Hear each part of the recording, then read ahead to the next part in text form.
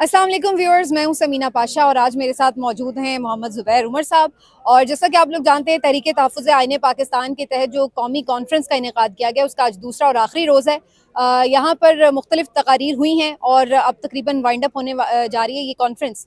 तो ज़ुबैर साहब से बात करते हैं और उनसे पूछते हैं कि उनकी क्या होप्स हैं। क्या यहाँ पर सिर्फ गुफ्तन नशिस्तन बर्खास्तन हुई है या कोई लाहेअमल मिल सकेगा, क्योंकि बार बार जो आवाज़ उठती है वो यही है कि लाहेअमल कहाँ है। तो बहुत शुक्रिया ज़ुबैर साहब, अस्सलाम वालेकुम। अस्सलाम वालेकुम। ज़ुबैर साहब, ये एक अच्छा इनिशिएटिव तो था, ज़ाहिर है जी। सबने एक इज्तिमाई दानिश का इजहार किया है, सबने अपने ख्यालात का इजहार किया है। लेकिन आप समझते हैं कि जिस नहज पर हालात पहुंच चुके हैं, वो सिर्फ कॉन्फ्रेंसेस के थ्रू या गुफ्तगू के थ्रू बदले जा सकते हैं? नहीं, इससे ये तो एक मतलब एक प्रोसेस होता है जहाँ बैठ के आप बात तो करते हैं ना, आपने क्या करना है, आपने जुलूस भी निकालना है, तो उसके लिए प्लानिंग करनी पड़ती है। आप एक मुल्क गिर जद्दोजहद की बात कर रहे हैं, तो सबको एक प्लेटफ़ॉर्म पर लेके आना, फिर बहुत सी ऐसी चीज़ें होती हैं कि जो इंडिविजुअल लेवल पर लोग होते हैं, वो कंट्रीब्यूट करना चाहते हैं, उनके पॉइंट ऑफ व्यू होता है। तो तमाम लोगों को, तमाम पॉलिटिकल पार्टीज़ जो अपोज़िशन में हैं, सहाफ़ी हज़रात या ख़वातीन जैसे आप आईं और आपने इतना अच्छा बोला, या दूसरे लोग जिस तरह काशिफ अब्बासी आए, फिर लीगल कम्युनिटी के लोग आए, दूसरे रिप्रेजेंटेटिव बॉडीज, स्टूडेंट रिप्रेजेंटेटिव आए, तो वहाँ जाके सबको सबकी बात सुन के, और यहाँ भी कुछ इख्तलाफात नज़र आने शुरू हो जाते हैं कि आइंदा के लाए अमल पे।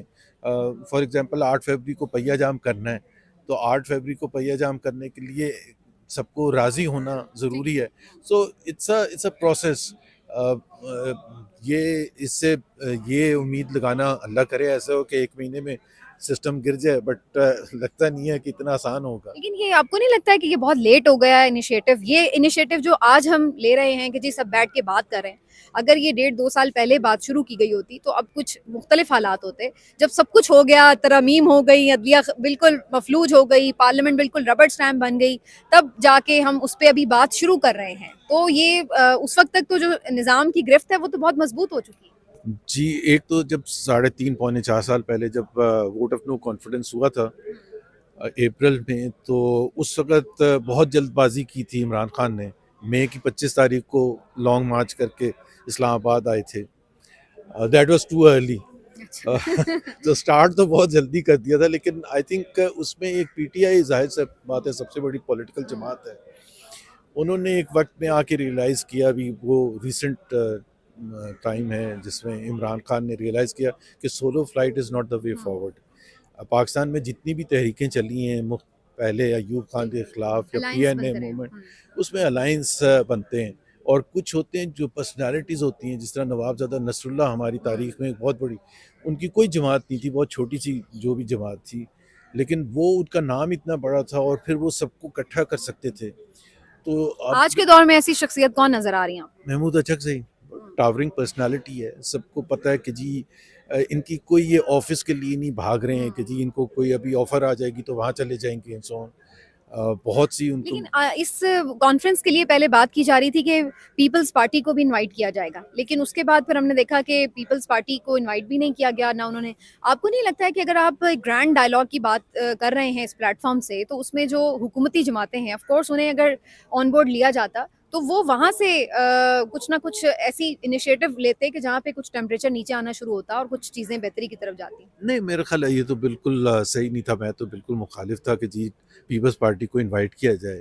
पीपल्स पार्टी उस सिस्टम का हिस्सा है, और इतने अगर हमारे में सेंस हो कि जी वो सिस्टम से बाहर आ ही नहीं सकते। बहुत सी चीज़ें ऐसी हैं पीपल्स पार्टी के हवाले से जिसमें मुझे पता है विद इन द सिस्टम लोगों को बहुत एतराज़ात हैं, लेकिन वो कहते हैं कि जी हम इग्नोर इसलिए करते हैं, फॉर एग्जांपल कोई करप्शन का केस हो, इसलिए इग्नोर करते हैं कि सिस्टम की कंटिन्यूएशन ज़्यादा इम्पोर्टेंट है। तो जो एक पॉलिटिकल पार्टी है तो वैसी है जैसे शहबाज शरीफ को इनवाइट करते हैं यहाँ और वो आके हमारे प्लेटफॉर्म ज्वाइन करें, तो कोई चांस ही नहीं था। फिर एक शो करना कि जी हमने इनवाइट किया था, उससे क्या क्या पॉलिटिकल लेकिन गेन होता मौलाना है। फजल रहमान साहब भी नहीं आए, हालांकि अदरवाइज तो वो बात कर रहे हैं कि हुकूमत गिरानी चाहिए, हुकूमत के खिलाफ, एस्टैब्लिशमेंट के खिलाफ तहरीक चलनी चाहिए। लेकिन इधर क्यों नहीं ज्वाइन कर रहे? आपको क्या रीजन नजर आती है?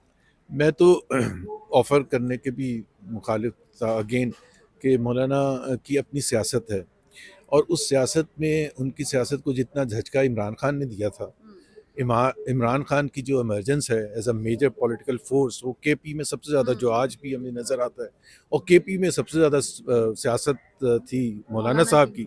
अब मौलाना साहब दोबारा एक जद्दोजहद का हिस्सा बने जो मुश्किल तरीन जद्दोजहद है, इसलिए कि इमरान खान का रिवाइवल हो जाए। बिकॉज अगर ये जद्दोजहद कॉन्फ्लिक्ट ऑफ इंटरेस्ट नजर आ रहा है। एब्सोल्युटली कॉन्फ्लिक्ट ऑफ इंटरेस्ट है कि जी इमरान खान को वापस दोबारा ला गया, मौलाना देख रहे होंगे ये क्या हो गया, मैंने इतनी हेल्प की।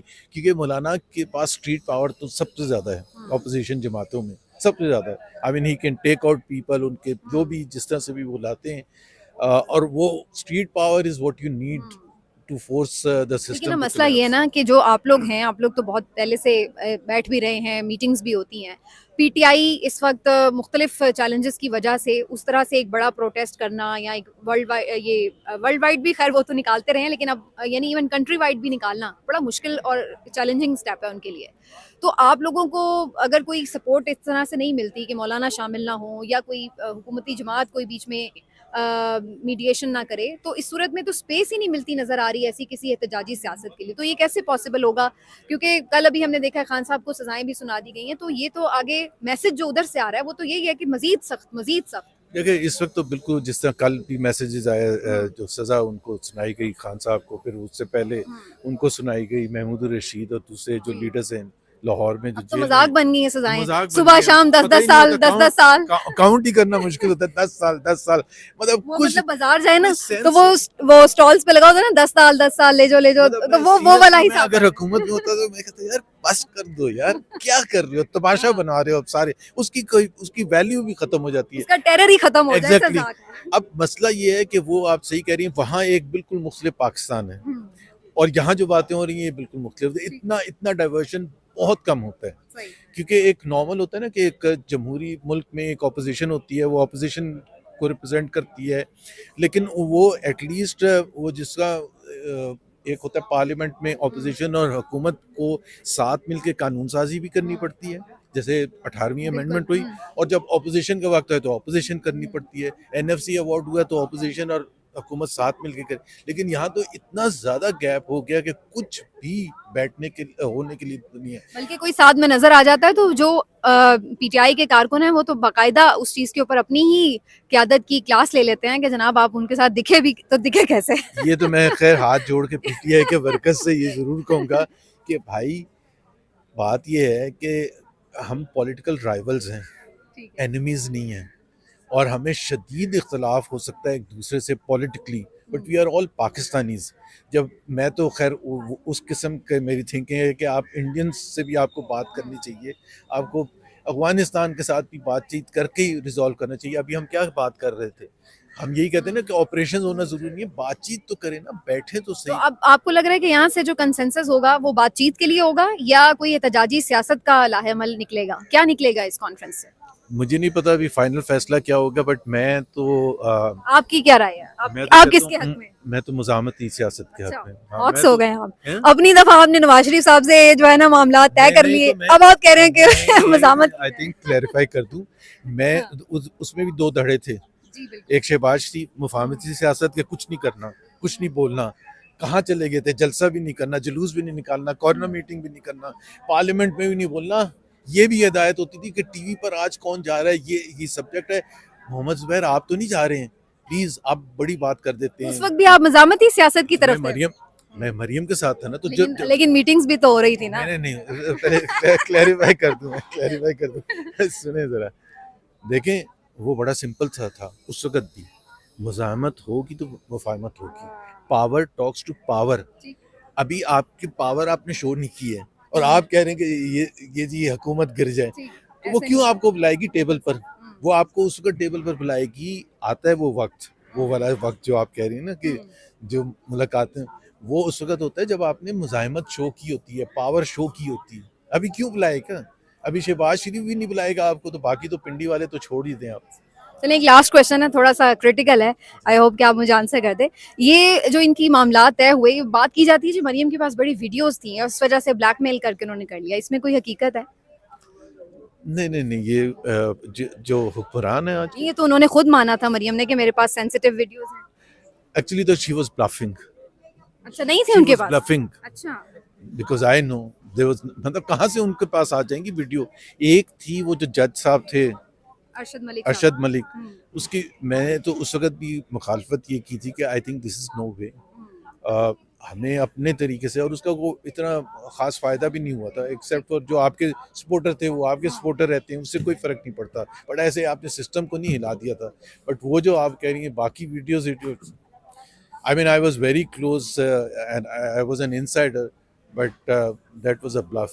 अच्छा लें जी, मेरे व्लॉग से आ जाएगी ये बड़ी खबर तो आ गई है कि दैट वाज द विलन। बहुत बहुत शुक्रिया आपका जुबैर साहब, थैंक यू सो मच।